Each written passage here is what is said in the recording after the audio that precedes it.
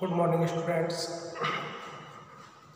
कक्षा 10 के विद्यार्थियों के हिंदी विषय का इस वर्ष का सेशन नंबर 4 मनुष्यता मैथिली शब्द टीका, जिसमें आप लोग पूर्व में पढ़ चुके हैं। अंतिम 2 मुक्तक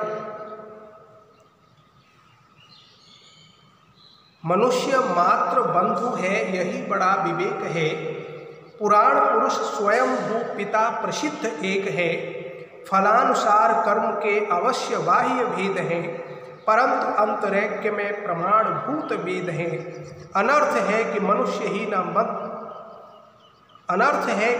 ही न बंधु की व्यथा हरे, वही मनुष्य है कि जो मनुष्य के लिए मरे। इससे पहले कवि ने मनुष्यता के लिए बहुत कुछ बताया, किस तरह के भाव हमें अपने मन में रखने चाहिए, किस तरह की भावना दूसरों के प्रति होनी चाहिए, सहायता, सहयोग, आपसी सहयोग की भावना, प्रेम की भावना, दूसरे के प्रति दया और करुणा की भावना।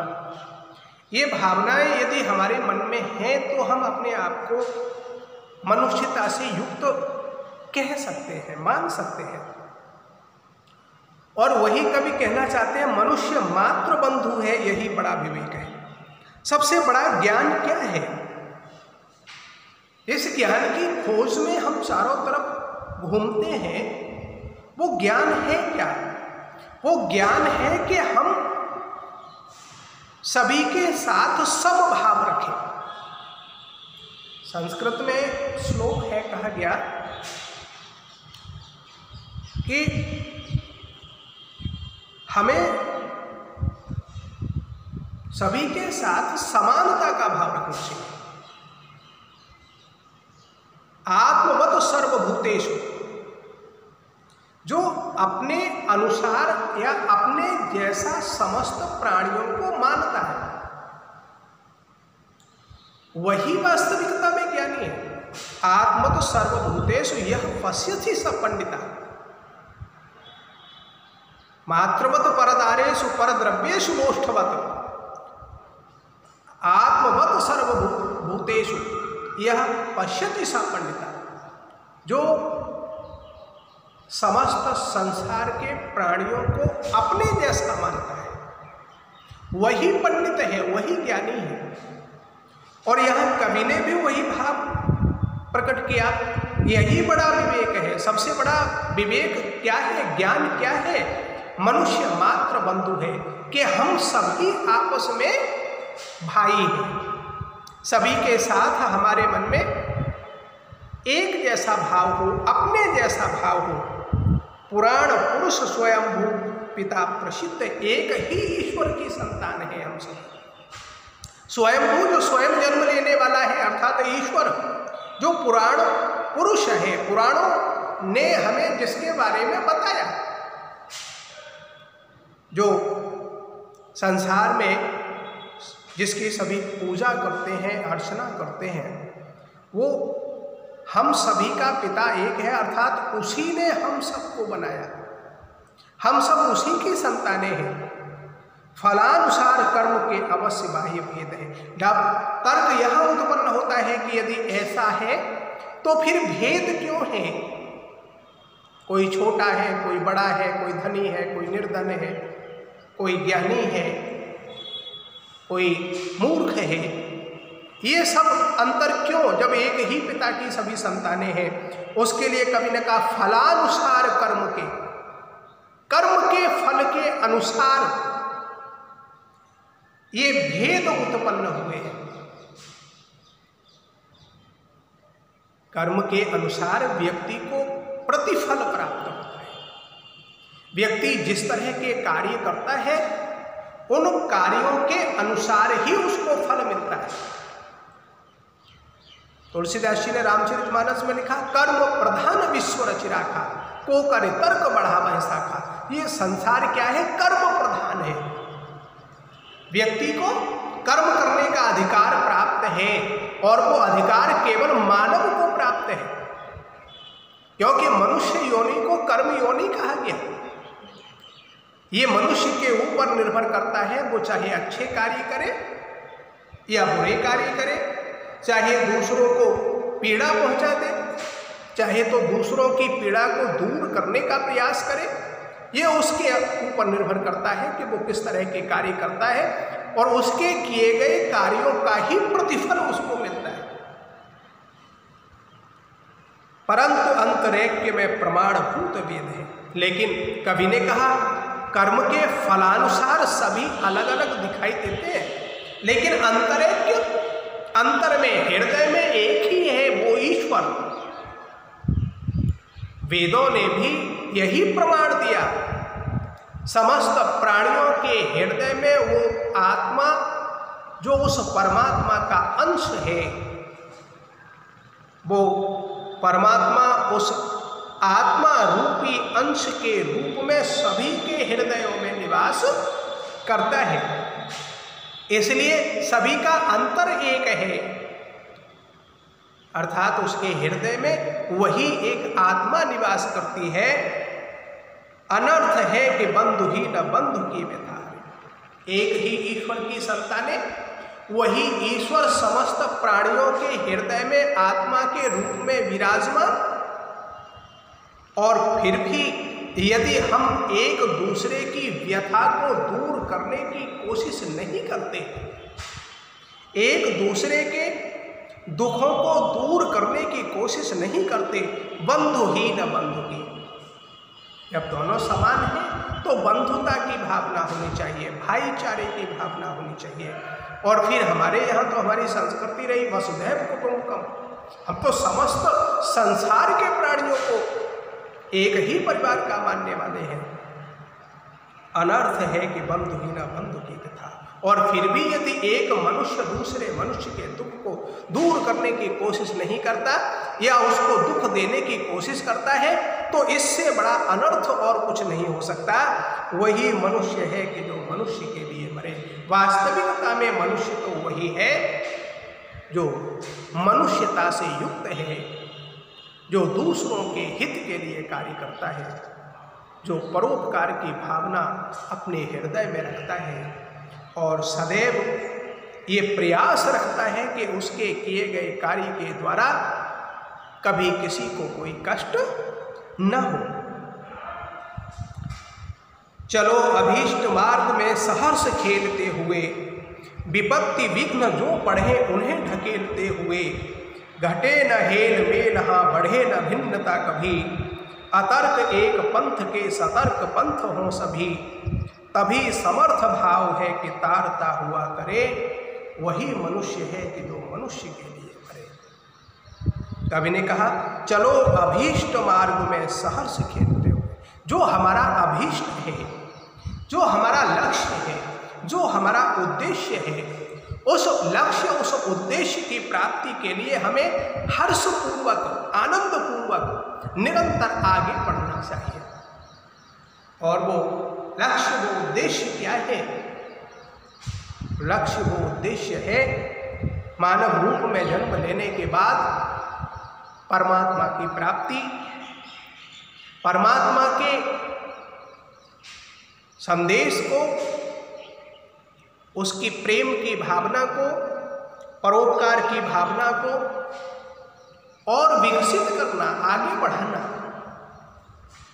विपत्ति विघ्न जो पड़े उन्हें ढके। कर्म पथ पर व्यक्ति को निरंतर अग्रसर होना चाहिए। अभी मैंने आपको बताया था कि कर्म ही श्रेष्ठ है। कर्म से व्यक्ति अपने जीवन को बदल लेता है। और ऐसे कर्म के मार्ग में अनेकों कठिनाइयां आती हैं, विघ्न आते हैं, बाधाएं आती हैं, लेकिन उन कठिनाइयों का निरंतर सामना करते हुए, उन विघ्नों और बाधाओं को परे हटाते हुए, ढकेलते हुए हमें निरंतर अपने इस अभीष्ट मार्ग पर आगे बढ़ते रहना चाहिए। घटे न हेल मेल। लेकिन इस बात का हमको सदैव ध्यान रखना है कि हमारी आपस की जो प्रेम की भावना है, हमारा जो अपनत्व है वो कभी भी हम में कम न हो, हम अपने स्वार्थ में इतने न खो जाए कि हम दूसरों को कष्ट देना आरंभ कर दें या दूसरों को पीछे छोड़ने की कोशिश करने लगें। जो हमें आगे भी बढ़ना है और हमारे जो साथ चल रहे हैं उनके साथ प्रेम रखते हुए उन्हें भी अपने साथ निरंतर आगे ले जाना है। बढ़े न भिन्नता, कभी हमारे आपस में कभी भी द्वेष की भावना जन्म न ले, कभी भी कटुता की भावना जन्म न ले, कभी ऊंच नीच की भावना जन्म न ले। अतर्क एक पंथ के सतर्क पंथ हो सके। हम सभी एक ही मार्ग पर चलने वाले, और चलने वाले कैसे हों? सतर्क हों, सोच समझ करके पूरी तरह से बिना तर्क किए हुए, बिना भेदभाव रखे हुए, बिना भिन्नता की भावना को जन्म दिए हुए हम सभी उस मार्ग पर निरंतर आगे बढ़ते रहें। तभी समर्थ भाव है कि तारता हुआ करे। श्रेष्ठ भाव क्या है? श्रेष्ठ भाव केवल स्वयं को उस पार पहुंचाना नहीं है, केवल हम अपने आप को उन ऊंचाइयों पर पहुंचा दें या अपने आप को हम अपने लक्ष्य तक पहुंचा दें कि ये श्रेष्ठता का भाव नहीं है। श्रेष्ठता का भाव वो है जब हम अपने साथ वालों को भी वहां तक पहुंचाएं। तारता हुआ तरे, तरने से तात्पर्य इस संसार से मुक्ति प्राप्त करना, और संसार से मुक्ति प्राप्त करना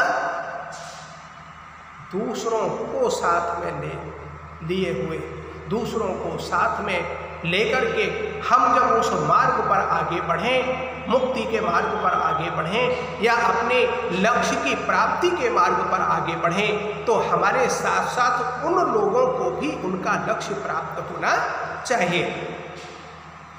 वही मनुष्य है कि जो मनुष्य के लिए मरे। वास्तविकता में तो मनुष्य वही है जिसमें इस तरह की मनुष्यता की भावना है, जो दूसरों के लिए भी कार्य करने को उतना ही तत्पर रहता है जितना तत्पर वह अपने कार्य के लिए रहा करता है।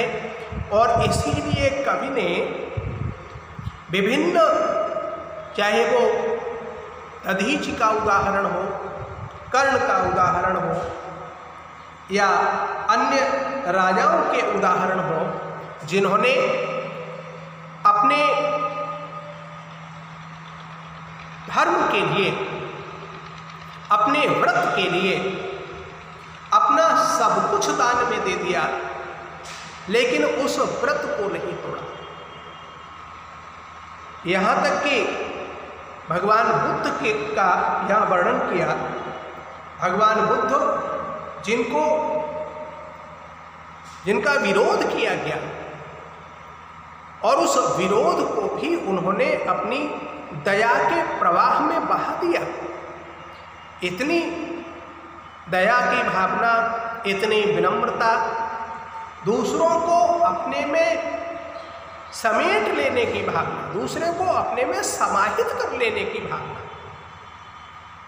और यही भावनाएं थी जिनके कारण चाहे वो भगवान बुद्ध हो, दधीचि हो, कर्ण हो या अन्य इस तरह के दानी लोग रहे हों, उनको आज भी याद किया जाता है। दूसरी, कवि ने कहा हमें कभी भी मदान्ध नहीं होना है, कभी अभिमानी नहीं होना है, क्योंकि अभिमान ही व्यक्ति के मार्ग की सबसे बड़ी बाधा है।